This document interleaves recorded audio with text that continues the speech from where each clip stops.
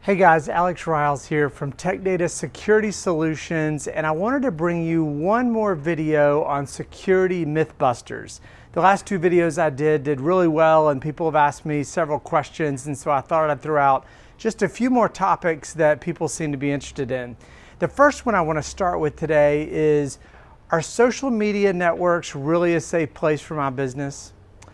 You know, as I look at Facebook and Instagram and LinkedIn, they seem like such great ways to communicate with your customer base and with friends. And the truth is they are. It's a great mechanism to reach out and to share things. In fact, this very video I post on LinkedIn. But there are some things we need to always be thinking about around our social networks to make sure we're doing it correctly and that we're safe. The truth is that humans are the biggest risk factor when it comes to using social media accounts because we're very susceptible to manipulation. How many times do we click on an article or some sort of a post in our social media that takes us to a website that might be a website we have no idea where it came from or who's managing it? Many of these websites are actually rogue sites trying to entice you to type in confidential information. If you go to a site thinking it's your bank and you type in your username and password, they're going to harvest those credentials and use them to log into your real bank account. We have to be really careful about the links that we click in our social media profiles and think before we act to make sure we're not giving away confidential information that we shouldn't. Another common challenge with social media accounts is sometimes they're misconfigured. If you have a business account, you might not check it as the configuration settings as often as maybe you do your personal account. We need to make sure that as Facebook and Instagram and LinkedIn and Twitter update their software, oftentimes they will reset privacy settings back to a default state, which may not be what you were looking for. So it's a good practice, at least once a quarter, to go in and check your social media settings and make sure the privacy settings are exactly what you think they are and that you're not giving away too much information about your business or yourself that you don't intend to. I'll also mention that in the world of social media, bots have become a huge challenge.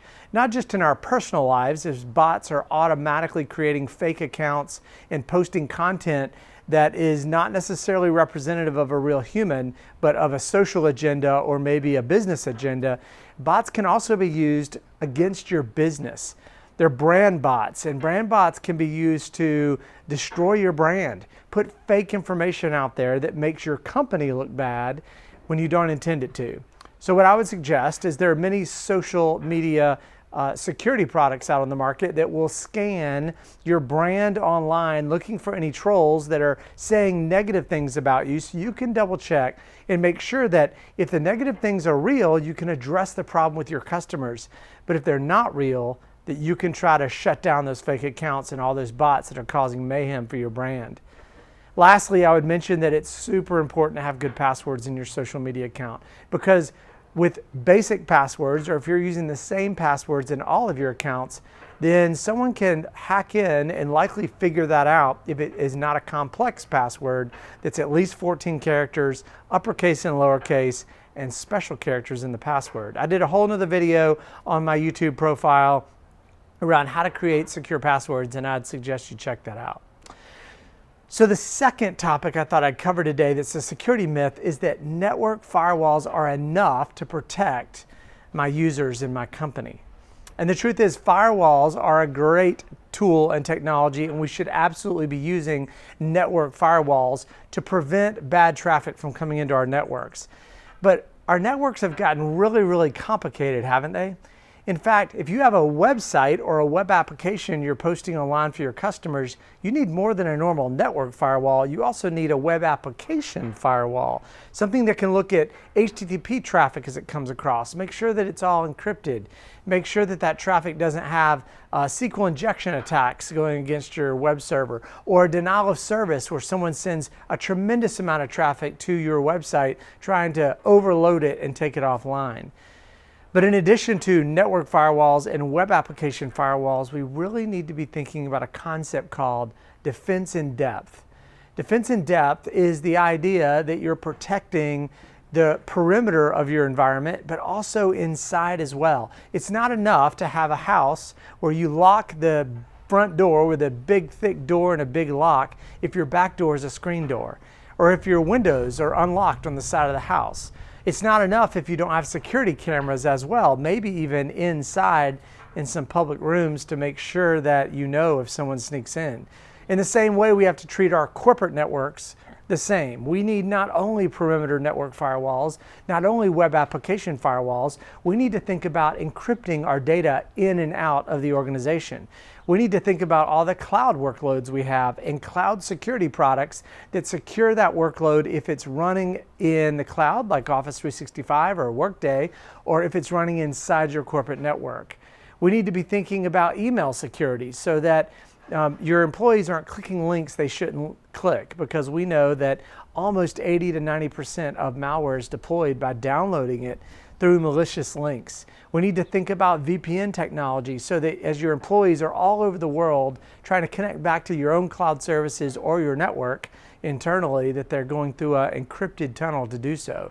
We need to think about penetration testing and vulnerability assessments to make sure that someone is checking your perimeter and all of your applications looking for known vulnerabilities and that you're patching those on a regular basis. We need to think about backups so that in the event there's a problem, you can recover from it. Defense in depth is the concept that we are protecting all aspects of the business, not just one area. We can't hyper-focus like we did in the 80s on just a firewall. Now, number 3 is one I just alluded to, and that's this idea that backups are not really part of a security strategy. Backups are always a good thing to do, and I think everybody would agree to that. But most people don't think of backups as part of your security strategy. They just think of as a good practice in case you have a hard drive failure and your system goes down. But the truth is, in today's modern computing, we are hit with ransomware all the time. Ransomware is when you download malware to your computer and it will encrypt your hard drive, oftentimes exfiltrate your data, copying it somewhere off to the cloud for the hackers to have access to it before they encrypt your data. And then they offer to give you a decryption key if you pay the ransom that they're asking for. Sometimes the ransom is $10,000. Sometimes it's several million, as we saw in the case of Garmin recently. Whatever the situation is, if you have good backups of your entire environment, or at least your critical systems, you can recover from a backup and without having to necessarily pay the ransom. Now, in truth, oftentimes ransomware will be dormant inside your computer for weeks or months before it's released, in which case it may be on your backups as well.